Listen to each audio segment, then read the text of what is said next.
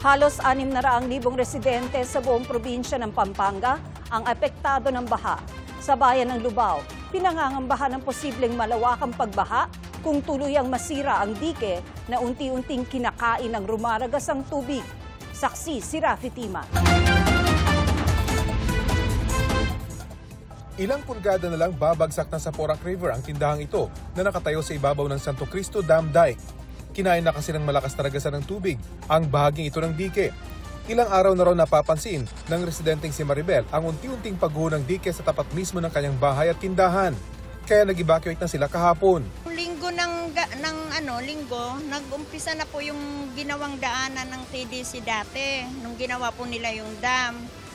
Tapos yun, unti-unti na po yun, nung Lunes, ganun din po. Tapos Martes ng gabi, malalaki na po yung bumabagsak na lupa. Tapos, Merkulis ng alas 2 ng madaling araw, bumagsak na pong tuluyan yung kalsada. Walang retaining, walang bahaging ito ng dike dahil dito noon dumadaan ang mga truck na gumawa ng dam. Kanina, binalikan ni Maribel ang ilan sa kanyang gamit. Sa kuwang ito ng kapitan ng barangay, makikita ang unti-unting pagguho ng dike. Sinubukan pa raw nilang maglagay ng sandbag pero tinangay din ang agos ng tubig. Pangamba ng opisyal, kapag tuluyang nasira ang dike, tiyak na babahain sila. Aabot daw ng mahigit 30,000 pamilya ang pwedeng maapektuhan.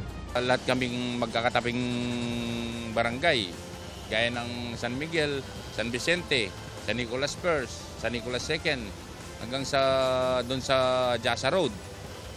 Yun nag-apektado po yung mga nasa ilalim. Ang Philippine National Police magtatalaga na raw ng pulis sa lugar para magbantay. Ipinag-utos na raw ng provincial government ang lokal na DPWH dito na bilisan ng paglalagay ng sandbag, malalaking bato at lupa para hindi tuluyang mabutas ang dike. According sa napag-meeting, yun muna po ang feasible ngayong as according sa DPWH. Ang ilang residente voluntaryo namang tinatanggal ang mga naipong water lily sa dam. Nakaharang kasi ang mga ito sa daluyan ng tubig. Kapag hindi ito natanggal, posibleng maipon ang tubig at raragasa patungo sa direksyon ng nasirang dike. Sa datos ng Pampanga PDRRMO, halos 600,000 residente mula sa mahigit 300 barangay ang apektado ng baha, kabilang sa nalubog ang Domingo B. Flores District Hospital sa Macabebe. Dahil dyan, tigil operasyon ang ospital. May setup na rin na Type 1 Fixed Medical Emergency Facility sa Santo Tomas Evacuation Center para sa mga pasyente ng naturang ospital. Para sa GMA Integrated News, ako si Rafi Tima, ang inyong saksi.